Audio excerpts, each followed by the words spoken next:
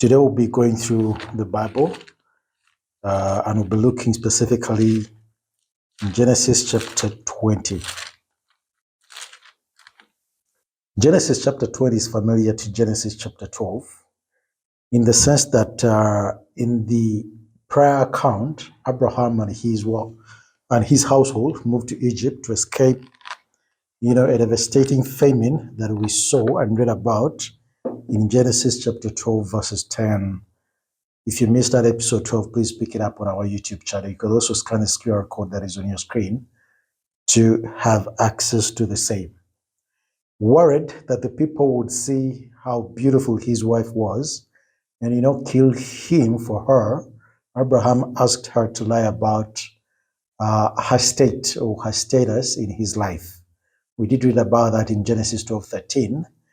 That is chapter 12, verses 13, yes. This was a half-truth because, she had to lie that she was a sister to Abraham. It was a half-truth, half-lie. Half-truth in the sense that they share the same dad, but different mothers. We find that we'll find that bit of it in verses 12 today in Genesis chapter 20. Perhaps Abraham imagined that as her brother, any proposals would be brought to him and he would simply refuse them. But of course, they didn't just work out. We came to see that in Pharaoh, while he was in Egypt, he decided to take Sarah for his wife. That is in Genesis chapter 12, verses 15. In the first series of this incident, God intervened. Sarah was returned in Genesis 12:19.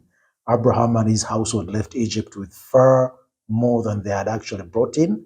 God blessed Abraham in spite of his fear and his faithfulness, or rather his faithlessness in Genesis 12:16 and then 12:20. So today here in chapter 20, we find literally the same pattern.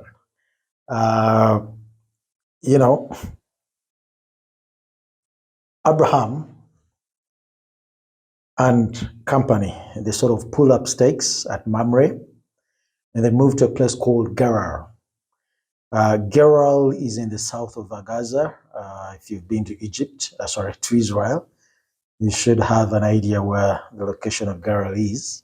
Once again, Abraham and Sarah lie, claiming they are both brothers and sisters. We'll see that in verse 13. The intent is to disguise the fact that they are actually married. Again, the most powerful man in the world, not actually in the world, but in that particular region, that was King Abimelech, takes this supposedly unmatched woman for his wife, amongst the many wives he had.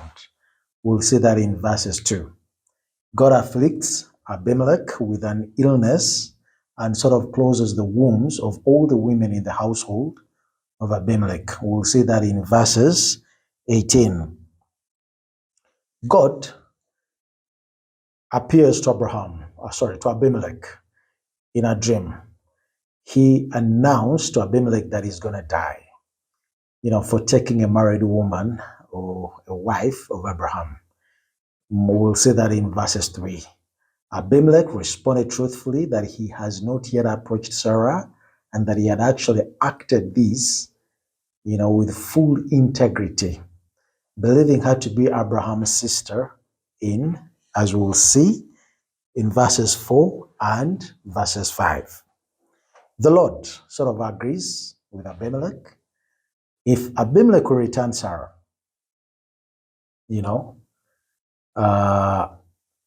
Abraham would then pray for him and his household, and they would all sort of be healed and they would live. They would not die, or Abimelech would not die. We'll see that in verses 7. Abimelech confronted Abraham. We'll read about that in verses 9. And he asked him about the lie, why he would actually lie to him. In fact, he did demand, for an explanation as to what he had actually done to Abimelech, to Abraham, that he deserved such a great lie that had actually caused a menace in his own household. Abraham, as always, he gives excuses for his fear. He said he feared that he would be killed, by someone who would take Sarah as his wife. He explains that she, in fact, is half sister, though also his wife, as we'll see that in verses 12.